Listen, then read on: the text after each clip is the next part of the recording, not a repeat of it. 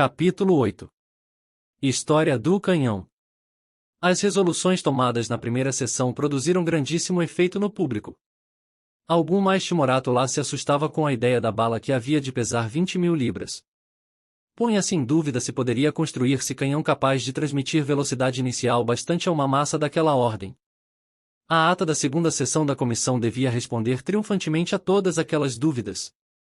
No dia seguinte, ao cair da noite, abancaram em volta da mesa os 4 membros do Gun Club, defrontando com novas montanhas de sanduíches que marginavam um verdadeiro oceano de chá.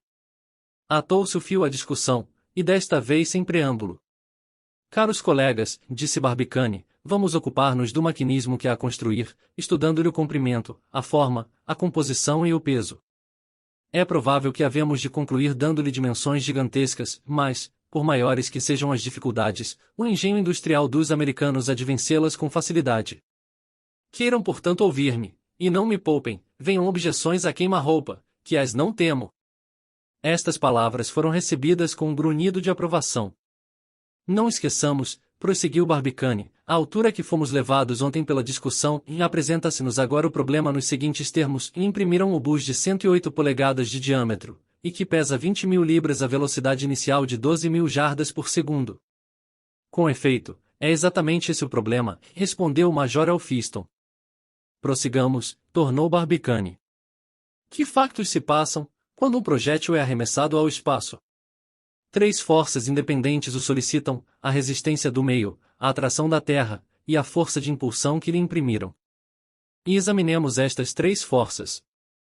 A resistência do meio, que aqui é a resistência do ar, há de ser de pouca importância, porque a atmosfera terrestre não tem mais de 40 milhas de altura. Ora, com a rapidez de 12.000 jardas, o projétil há de atravessá-la em 5 segundos, tempo bastantemente curto para que a resistência do meio possa ser considerada insignificante. Passemos à atração da Terra, ou o que vale o mesmo a ação da gravidade sobre o obus. Sabemos que o peso deste há de decrescer na razão inversa do quadrado das distâncias. Efetivamente ensina-nos a física o seguinte: quando um corpo abandonado a si próprio cai à superfície da Terra, desce 15 pés, e se o mesmo corpo fosse transportado para a distância de 257.542 milhas, ou o que é mesmo, a distância a que está a Lua, a sua descensão ficaria reduzida a meia linha, proximamente, no primeiro segundo. Quase que é a imobilidade. Trata-se, portanto, de vencer progressivamente a ação da gravidade. E como havemos de consegui-lo? Pela força de impulsão. Aí é que está a dificuldade, respondeu o Major. Aí está, na verdade, continuou o presidente, mas havemos de superá-la, porque a força de impulsão de que havemos mister há de resultar do comprimento do maquinismo e da quantidade de pólvora que empregarmos, e a verdade é que esta não tem mais limitação do que a resistência daquele. Tratemos, pois, hoje das dimensões que havemos de dar ao canhão. Bem entendido está que podemos estabelecê-lo em condições de resistência, por assim dizer, infinita, visto como com tal canhão não há fazer manobras. Tudo isso é evidente, respondeu o general. Até agora, disse Barbicane, os canhões de maior comprimento, as nossas enormes columbiadas, nunca excederam um comprimento de 25 pés, e portanto há muita gente onde causar espanto às dimensões que havemos de ser forçados a adotar. Indubitavelmente, exclamou J. T. Maston, pela minha parte não me contento com menos de meia milha de comprimento, para o canhão. Meia milha!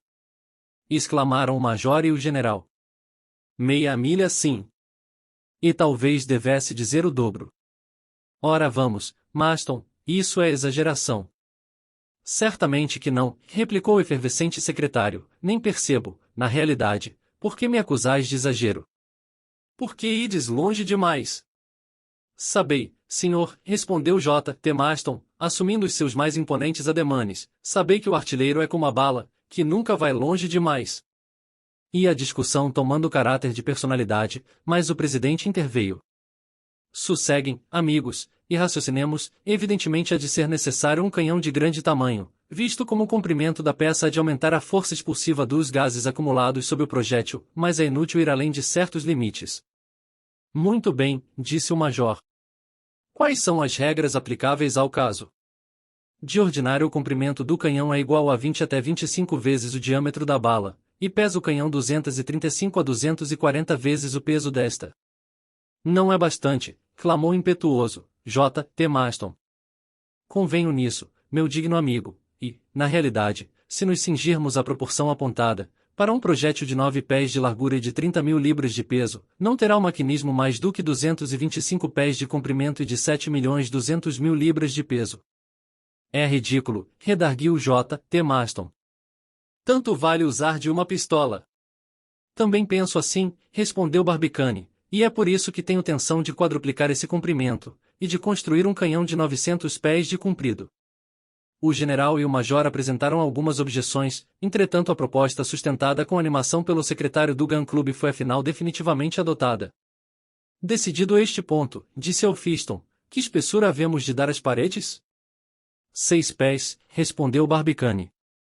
De certo que não imaginais colocar uma massa dessa ordem em cima de um reparo? Perguntou o major.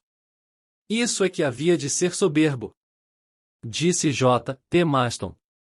Mais impraticável, respondeu Barbicane. Nada, penso que o maquinismo deve ser moldado mesmo no solo, guarnecido de arcos de ferro forjado, e apertado numa obra bem espessa e sólida de pedra e cal, por forma que adquira toda a resistência do terreno circundante. Depois de fundida a peça há de se lhe brocar, calibrar e polir a alma com extremo cuidado, para evitar que exista o vento da bala. Por esta forma não há de haver perda alguma de gases e a força expansiva da pólvora transformar-se-á toda em impulsão. Urra! Urra! Clamou J. T. Maston. Já temos canhão. Ainda não. Respondeu Barbicane, acalmando com um gesto a impaciência do amigo. E por que não? Porque ainda lhe não discutimos a forma. Há de ser canhão, obus ou morteiro? Canhão, replicou Morgan. Obus, redarguiu o major. Morteiro, clamou J. T. Maston. Nova e veemente discussão ia encetar-se, cada qual preconizava já sua arma favorita, quando o presidente a interrompeu de pronto, dizendo: Meus amigos, vou pô-los a todos de acordo, a nossa columbiada há de ter alguma coisa de cada uma das 3 bocas de fogo indicadas. Há de ser canhão, por ter a câmara da pólvora de diâmetro igual ao da alma.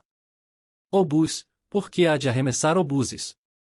Finalmente será morteiro, visto como há de ser apontada por um ângulo de 90 graus, e que, sem poder recuar, inabalavelmente ligada ao solo, comunicará ao projétil toda a potência de impulsão que se lhe acumular no ventre.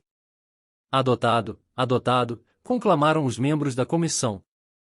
Permitam-me uma simples reflexão, disse Elphiston, há de ser raiado esse canhão obus morteiro? Não, respondeu Barbicane, não, precisamos de uma enorme velocidade inicial, e sabeis muito bem que as balas saem menos velozes dos canhões raiados do que dos canhões de alma lisa. É exato. Até que enfim desta vez é que já temos canhão. Repetiu J. T. Maston.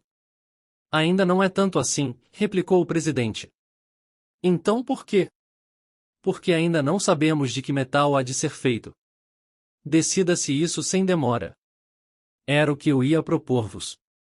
Cada um dos membros da comissão foi engolindo a sua dúzia de sanduíches acompanhadas de um bule de chá, depois recomeçou a discussão. Meus bons colegas, disse Barbicane, o nosso canhão deve ter grande tenacidade e grande dureza, e ser infusível pelo calor, insolúvel e inoxidável pela ação corrosiva dos ácidos.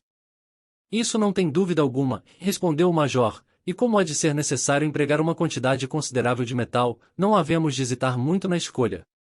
Nesse caso, disse Morgan, proponho para a fabricação da columbiada a melhor das ligas que é conhecida até hoje, isto é, 100 partes de cobre, 12 de estanho e 6 de latão. Meus amigos, respondeu o presidente, confesso que esta composição tem dado excelentes resultados, mas para o nosso caso, custaria excessivamente cara, e dificilmente poderíamos empregá-la. Cuido portanto que devemos adotar uma matéria excelente, e de baixo preço, tal como o ferro fundido. Não será esta a vossa opinião, major? Exatamente, respondeu Elphiston. Com efeito, prosseguiu Barbicane, o ferro fundido custa 10 vezes mais barato que o bronze, é de fácil fusão, molda-se com simplicidade em moldes de areia, manipula-se com rapidez, dá pois simultaneamente economia de tempo e de dinheiro. Além disto esta matéria é excelente, e bem me recordo de que, durante a guerra, no cerco de Atlanta, algumas peças de ferro fundido atiraram cada uma 1000 tiros de 20 em 20 minutos, sem que por isso sofressem alteração. Todavia, o ferro fundido é muito quebradiço, respondeu Morgan. É verdade, mas também é muito resistente, e demais asseguro-vos que não havemos de rebentar, por isso respondo eu. Rebentar não é desonra, replicou em ar de sentença J. T. Maston. Está claro, respondeu Barbicane. Pedirei portanto ao nosso digno secretário que nos calcule o peso de um canhão de ferro fundido, de 900 pés de comprimento e com um diâmetro interior de 9 pés, e com as paredes de 6 pés de espessura. Num instante, respondeu J. T. Maston. E, assim como fizera na véspera, escrevinhou umas fórmulas, com facilidade de pasmar, e disse passado 1 minuto.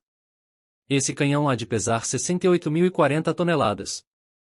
E a 2 centésimos, a 10 cêntimos, por libra, há de custar? 2.510.701 dólares a 13.608.000 francos. J. T. Maston, o major e o general olharam para Barbicane com ar de inquietação. E então? Repito-lhes, senhores, o que já lhes disse ontem, estejam descansados, que os milhões não nos hão de faltar. Seguros na palavra do seu presidente, separaram-se os membros da comissão, depois de terem combinado para o dia seguinte a terceira sessão,